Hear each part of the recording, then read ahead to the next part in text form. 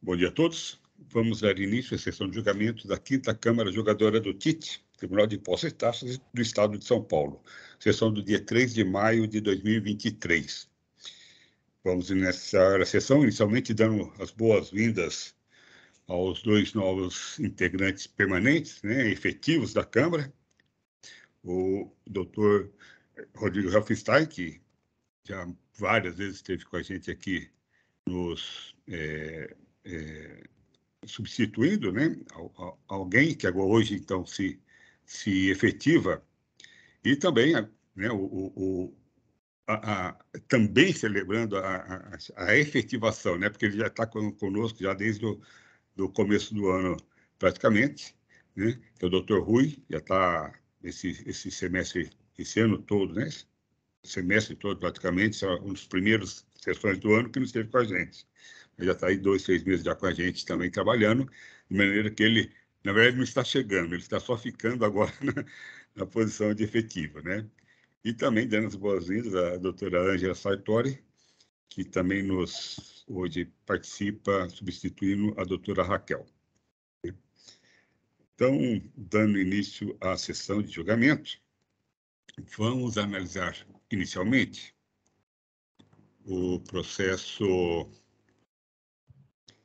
41.49.072, trata-se de recurso ordinário e recurso de ofício, em que a autuada é a Companhia Brasileira de Distribuição. Eu sou o relator desse processo. A pedido de sustentação oral, está presente a doutora Gabriela Pelliciotti Lins para realizá-la. No entanto, como o meu voto, como já conversamos com ela, é pela proposta no sentido de diligência, então já está combinado com a patrona que a sustentação oral será feita quando do retorno do processo, se ele for aprovado pela Câmara. Se não for aprovado, então a gente abre o processo depois para sustentação oral e posteriormente apresenta o voto de mérito. O caso... Só pegar aqui a acusação é apenas uma, que é deixar de pagar ICMS, ST, devido em valor declarado na GIA, cujos fatos geradores ocorreram no mês de julho de 2017, nos termos do artigo 426A do RICMES, conforme regime especial que ela tem com a Fazenda. Embora notificado recolher o valor do imposto devido, conforme estabelecido o artigo 6º, parágrafo 2º do item 2, alineado do tal regime especial, em virtude de indeferimento do seu pedido de restituição, o contribuinte não efetuou o referido recolhimento. Bom, esse caso nós já analisamos algum aqui, mas também não precisamos adentrar muito no mérito, pelo menos não nesse momento, porque caso, como coloquei, minha proposta de diligência, caso a Câmara assim não entenda, eu teria que levar o processo de volta para analisar o mérito, de maneira que hoje a gente não vai analisar o mérito. Mas o caso aqui são aqueles casos em que o CBD ele tem um registro especial na Fazenda, para compensar, para não recolher não recolher o ICMS-ST na entrada de mercadorias entre outros estados, porque 406A, mas fazer uma compensação mês a mês com esse valor que ele teria que pagar na entrada, ela compensa, na verdade, com os valores de restituição que ela teria no mês. Bom, mas no caso aqui, a gente tem uma questão aqui intercorrente aqui no recurso, que eu vou ler aqui meu voto só para que fique claro aqui. Em seu recurso, entre outros argumentos, a autuada sustentou a necessidade de cancelamento do exordial em face de decisão judicial transitada e julgada proferida no mandado de segurança número tal. Que na verdade, nesse mandado de segurança, que transitou e julgado, o contribuinte tem lá o reconhecimento da judicial de que não deveria recolher o ICMS-ST na entrada das mercadorias. Essa é a decisão que eles têm. Aquela discussão em função de ter sido ou não uma lei que estabeleceu essa obrigação, tudo mais. Então, o fato é esse, né? Então, continuo eu aqui. Ao apresentar suas contrarrazões ao recurso ordinário, a Diretoria de Representação Fiscal juntou à folha 1758 despacho da Procuradoria-Geral do Estado, que se manifesta pela inaplicabilidade daquela decisão ao caso em análise. Com fundamento no parágrafo 1º do artigo 19 da Lei 13.457 de 2009, recebo esse documento ora juntado pela DRF. No entanto, a autuada não teve a oportunidade de analisá-lo, como determina o parágrafo 1º do mesmo artigo. Assim, para garantir o direito ao contraditório, converto o presente julgamento em diligência para que a autuada, querendo, se manifeste sobre o documento de folha 1758 no prazo de 30 dias, contados da data de publicação da presente decisão, servindo ela como notificação ao contribuinte para o cumprimento da diligência. Então, senhores, esse é o meu voto, né? A lei permite a recepção para contrapor, né, o argumento e provas, né, que na verdade o contribuinte traz o parte do processo, traz a inicial, traz o trânsito em julgado, né, dessa ação. Então, por determinação lá do parágrafo primeiro, fala, poderá ser recebido, no entanto, nesse caso, deverá ser ouvida a parte contrária, né? Então, a diligência é nesse sentido, senhores. Lembrando, então, não, bom, vamos ao julgamento e depois eu faço a observação da parte final lá. Bom, senhores, então o processo está em discussão.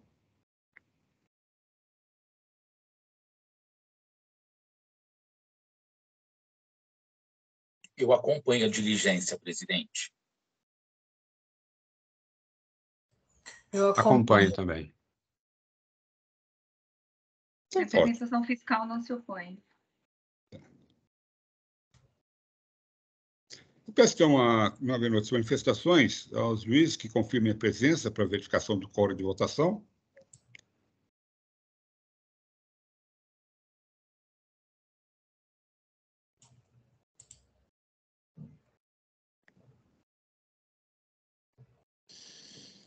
Em votação.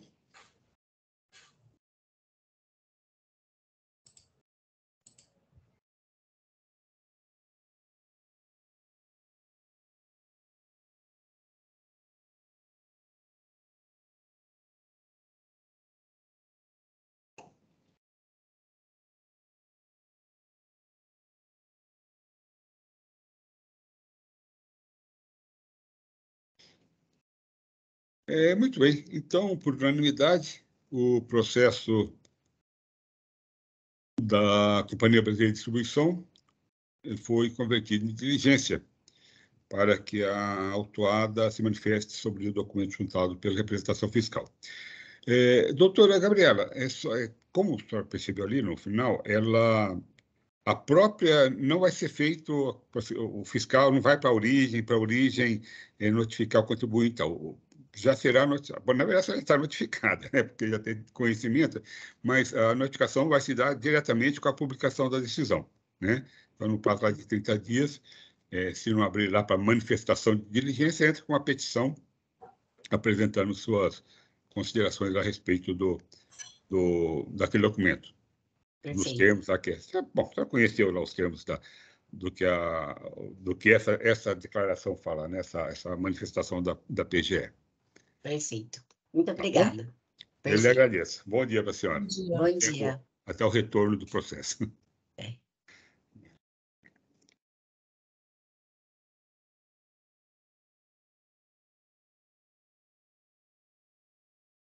Presidente, nesse caso, quando voltar da manifestação do contribuinte, vai automaticamente para a representação fiscal antes de voltar para a Câmara, né? Na verdade, sim, vai. E vai, inclusive, para o contribuinte. Né? Que, na verdade, como... nem sei exatamente quanto que o pessoal na assistência vai trabalhar essa diligência, entendeu?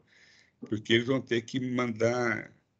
Né? Mas, de qualquer maneira, como vai ter, em algum momento vai ter um retorno de diligência, quando tem um retorno de diligência, as duas partes são notificadas do retorno, né, para a manifestação. Então, na verdade... Mas, de qualquer maneira, assim, não seria necessário também a representação falar, né? Aliás, não seria nem o caso dela falar, né? É que ela tem lá uma competência, eu sempre cito lá no meu voto, ela tem uma competência para se manifestar no retorno das diligências, né? Mas, no caso aí, nem seria o caso, porque o contraditório, nesse caso aí, é do contribuinte, né? Bom, dando continuidade, então, vamos analisar o processo 41, 48, 658. Trata-se de um recurso ordinário apresentado pela CPE Plásticos Limitada. Eu sou o relator desse processo. A pedido de sustentação oral, eu pergunto se a autuada está presente para realizá-la. A autuada está ausente. Registrei aqui a ausência. E vou passar, então, a apresentação do meu voto.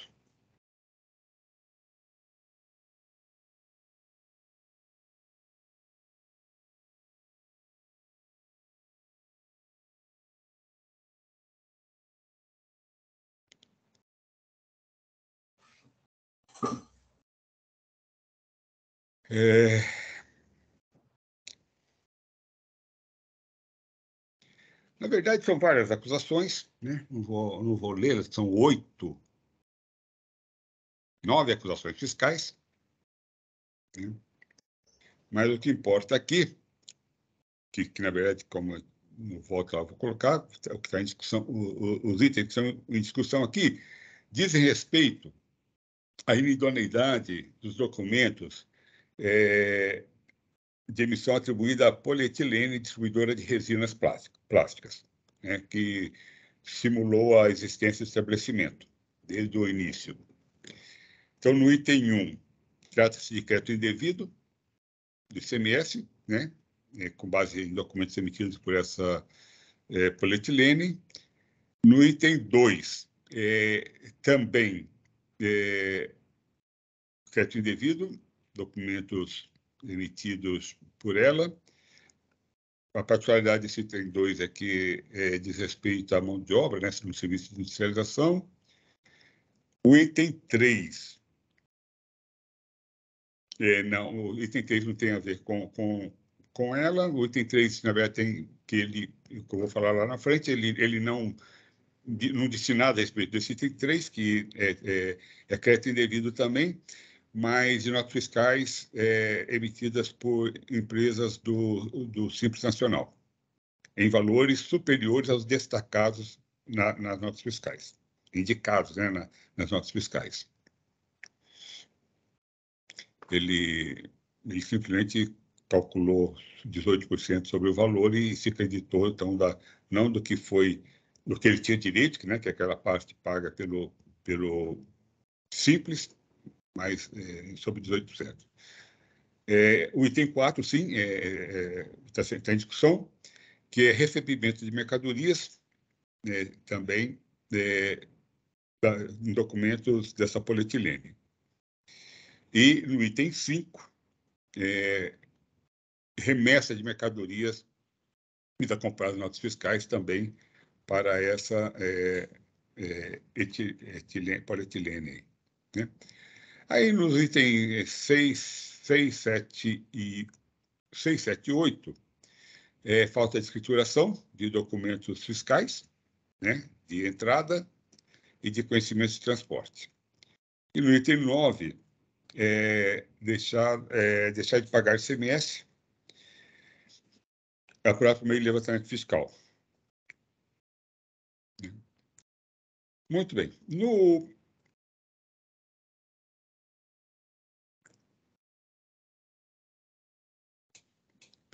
Na primeira instância, houve aqui, a julgadora de primeira instância afastou parte do item 6 do AIM, né? O item 6 diz respeito à escrituração de documentos fiscais de entrada, né?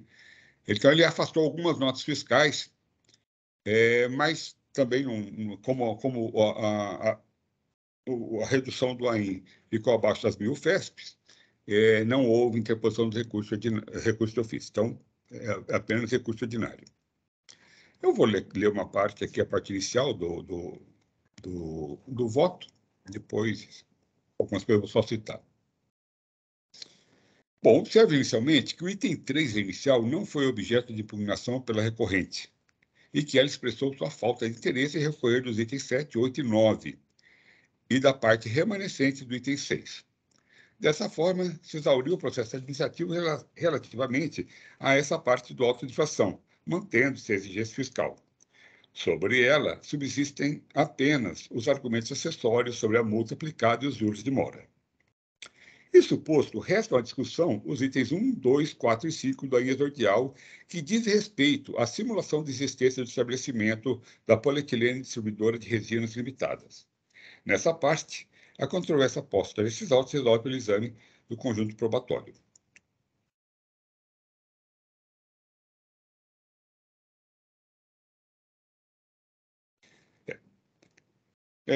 Bom, essa polietilene, né, o fiscal esteve lá no estabelecimento, não havia nada no estabelecimento. Só um minutinho.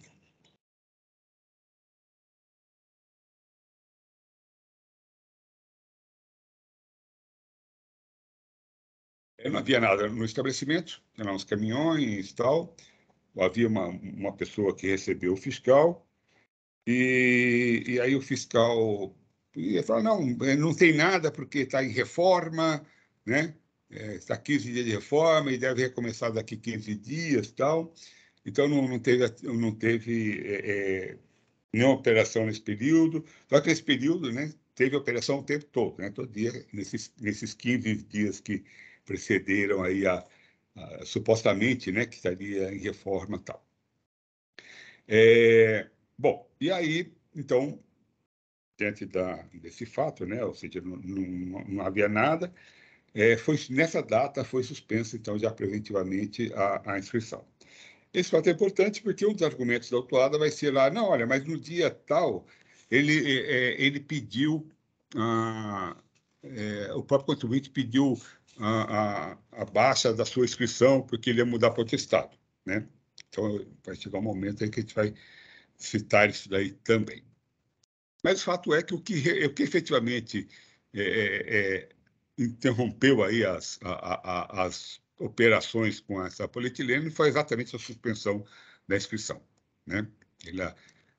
Que o fiscal teve lá no dia 9, no dia 10 de um mês, 3 dias antes ainda havia operações aí supostamente ocorridas entre eles. Bom, vamos lá. Vou lá na parte das provas. Ela juntou aos autos pedidos de compra, lançamentos em livros contábeis, cópias de comprovantes de pagamento de títulos, consultas ao Sintegra e outros documentos com os quais tenta comprovar a regularidade e o pagamento das operações em tela. Embora tenha efetuado consulta ao Sintegra, essa é inútil para demonstrar que a empresa estava então habilitada, pois nela há a expressa advertência de que não vale como certidão de efetiva existência do contribuinte consultado. Também outros documentos que demonstram apenas a existência formal do contribuinte, como as consultas ao Serasa e CNPJ, contrato de locação, certidões negativas, etc., não têm relevância para o caso, pois não prova a sua existência de fato. Manter formalmente ativo uma empresa de fachada, sobretudo para movimentar recursos financeiros, é uma estratégia comum nos casos de fraude, como a perpetrada pela suposta vendedora. A existência formal de uma empresa não prova sua existência de fato e, principalmente, não autoriza a praticar operações de circulação de mercadorias, autorização sujeita à regularidade fiscal perante o Estado. Também os pedidos de compras florestais nada comprovam sobre a origem das mercadorias, pois são papéis de sua própria lavra, sem qualquer comprovação de terceiro, mostrando-se muito frágeis diante do fato comprovado de que não foi a empresa supracitada a real vendedora das mercadorias que diz ter recebido. Também o pagamento das operações não pode ser comprovado pelos documentos apresentados, florestais, pois foram feitos a terceiro estranho às supostas operações comerciais, a Francovete, Comércio de Rações e Plásticos Eireli. Apenas um comprovante traz o nome da polietilene, mas esse nada comprova, pois tal informação é preenchida unilateralmente pelo usuário do sistema SISPAG, sem qualquer comprovação de terceiro, e não é submetida à análise de consistência. Esse documento apenas registra o depósito de determinada quantia em determinada conta bancária, mas não se sabe o real titular dessa. Também os registros contábeis das notas fiscais, as florestais, são inúteis para a comprovação da realização das operações, pois se trata de registros unilaterais do contribuinte baseados em documentos comprovadamente inidôneos, as notas fiscais, que, consoante o parágrafo único do artigo 184 RICNES, fazem provas apenas em favor do fisco. A prova dos pagamentos das operações da suposta vendedora, fundamental em processo de creditamento sustentado em documentos idôneos, não foi produzido pela autuada. Ademais, ao aceitar os documentos fiscais sem as informações relativas ao transporte, efetivamente contribuiu para ocultar o real fornecedor das mercadorias, impedindo o fisco de rastrear sua origem e exigir o ICMS dos reais vendedores. Aponto, por fim, que a diligência fiscal que constatou a não localização da suposta vendedora foi feita em 10 de outubro de 2019, data em que sua inscrição foi suspensa preventivamente. Vê-se que tal ato foi contemporâneo às operações aqui discutidas, ocorridas até 3 de 10 de 2019, e se deu em um momento de relação comercial plenamente ativa entre a autuada e a polietilene, interrompida, ao que parece, pela suspensão da inscrição estadual. Fosse essa relação verdadeira, com facilidade a recorrente teria amealhado provas incontestáveis da regularidade fiscal de sua parceira comercial, pois desde aquela data já era pública sua condição de suspensa. Assim, é irrelevante o argumento da recorrente de que a polietilene havia protocolizado em 30 de janeiro de 2020 pedido de baixa de estabelecimento, em razão de mudança para outro estado da federação. Nessa data, já era conhecida a simulação de estabelecimento por ela perpetrada e já era de conhecimento público sua situação irregular perante o fisco. Concluindo, não encontro nos autos elementos que caracterizaria a alegada boa-fé da recorrente, na esteira da jurisprudência decorrente da Câmara Superior de Excelência Tribunal. O cometimento das infrações narradas na peça inicial está sob julgamento comprovado e restam perfeitas suas captações legais e as penalidades aplicadas. E aqui eu entro, então, depois na parte de só jurídica, né? Falando na questão que o crédito está sujeito à entrada e a entrada de mercadoria no estabelecimento e a regularidade fiscal do emitente dos documentos fiscais, a obrigação do contribuinte de exigir e apresentar a regularidade fiscal, né, do seu parceiro comercial. Com relação àquilo, ele coloca que o fisco autorizou a IDF, né? Então, eu estou entendendo esse argumento como autorizou a nota fiscal eletrônica, né? Porque não existe a IDF no caso aqui, né?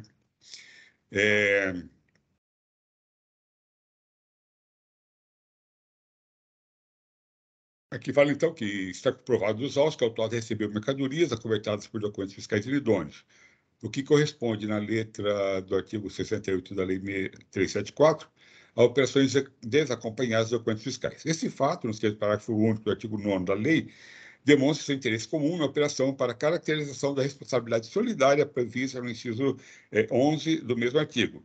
Correta, portanto, a exigência fiscal consignada no item 4 do inicial. Também está correta a exigência do CMS consignada no item 5, pois é certo que as mercadorias discriminadas nos documentos fiscais de sua emissão não foram destinadas à polietilene. Aí, com relação à confiscatoriedade da multa, né, eu afasto. Também, né, com relação à atualização da base de cálculo da multa, né, eu aplico a súmula 13 de 2018 e concluo aqui que, no entanto, merece acolhimento, né, eu aplico a súmula 10, a nova redação da súmula 10, e, em conclusão, conheço o recurso ordinário e dou-lhe parcial provimento, apenas para limitar a cobrança dos juros de mora à taxa Selic. Bom, senhores, esse é o meu voto. Deixa eu só aqui registrar o voto.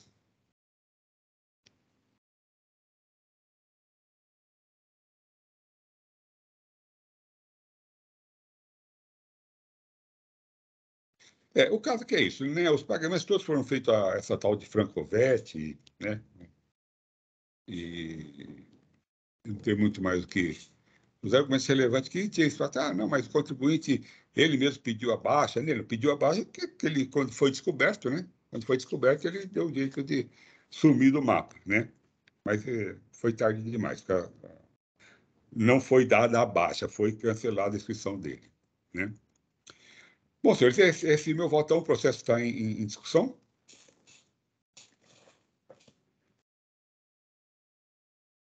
Presidente, bom, gostaria de parabenizá-lo pelo voto, bem abrangente. A única dúvida que eu fiquei, me parece que pelo voto, a questão do 527 não foi trazida pela recorrente, né, presidente? Não foi. Então, cara, não é possível analisar, e mesmo que tivesse sido trazido pela recorrente, eu entendo também que seria caso de não aplicação também, pela natureza, né, das infrações que só ocasionaram multa, né, exigência de multa, porque se refere a não escrituração, né? Não escrituração aí é uma forma, aí, como se sabe, né, de tentar possivelmente ocultar aí algum fato gerador, né? Então, eu acompanho, presidente, o seu voto. Eu acompanho também. Muito obrigado. Milton Rodrigues. Eu também acompanho. Ele explicitamente ele fala, olha, não tem interesse em recorrer desses itens, né? Os itens em que poderia ser aplicado o 507A, que ele também, explicitamente, ele fala, ele se manifesta, olha, não tem interesse. Como já excluiu algumas notas lá, né, não tem interesse. Eu analisei o processo, também não tenho nada a me opor, a boa-fé não está conjunto probatório muito frágil, né? Não contestou as infrações. Portanto, estou de acordo e parabenizo o doutor Samuel pelo voto. Muito obrigado, então, pelas manifestações. Eu peço, então, aos senhores juízes que confirmem a presença para verificação do quórum de votação.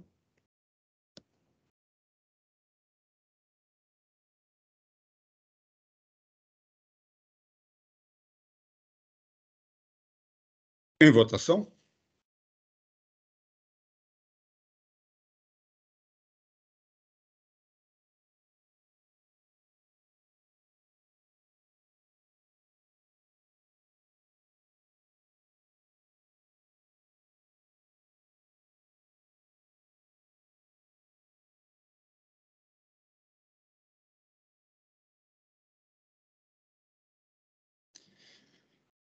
Muito bem. Então, por unanimidade, foi dado parcial provimento ao recurso ordinário interposto pela CPE Plásticos Limitada, apenas para limitar a cobrança dos juros de mora à taxa Selic, nos termos da nova redação da súmula 10 do TIT.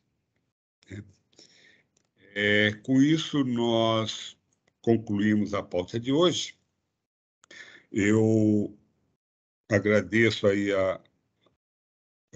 particularmente a doutora Ângela, que assumiu a imagem dela.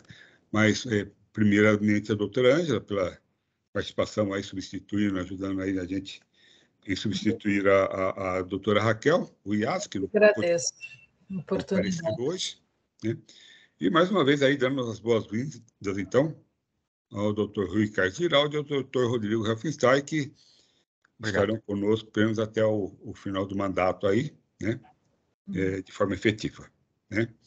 Então, e também agradecer, né, a Maria Cláudia, doutora Maria Cláudia, que retorna hoje, retornando de férias também, né? Participando também conosco aqui, né? Dessa forma, então, dou por encerrada a sessão de julgamento da 5ª Câmara Julgadora do TIT, sessão do dia 3 de maio de 2023. Eu peço, então, ao Oswaldo que interrompa a gravação.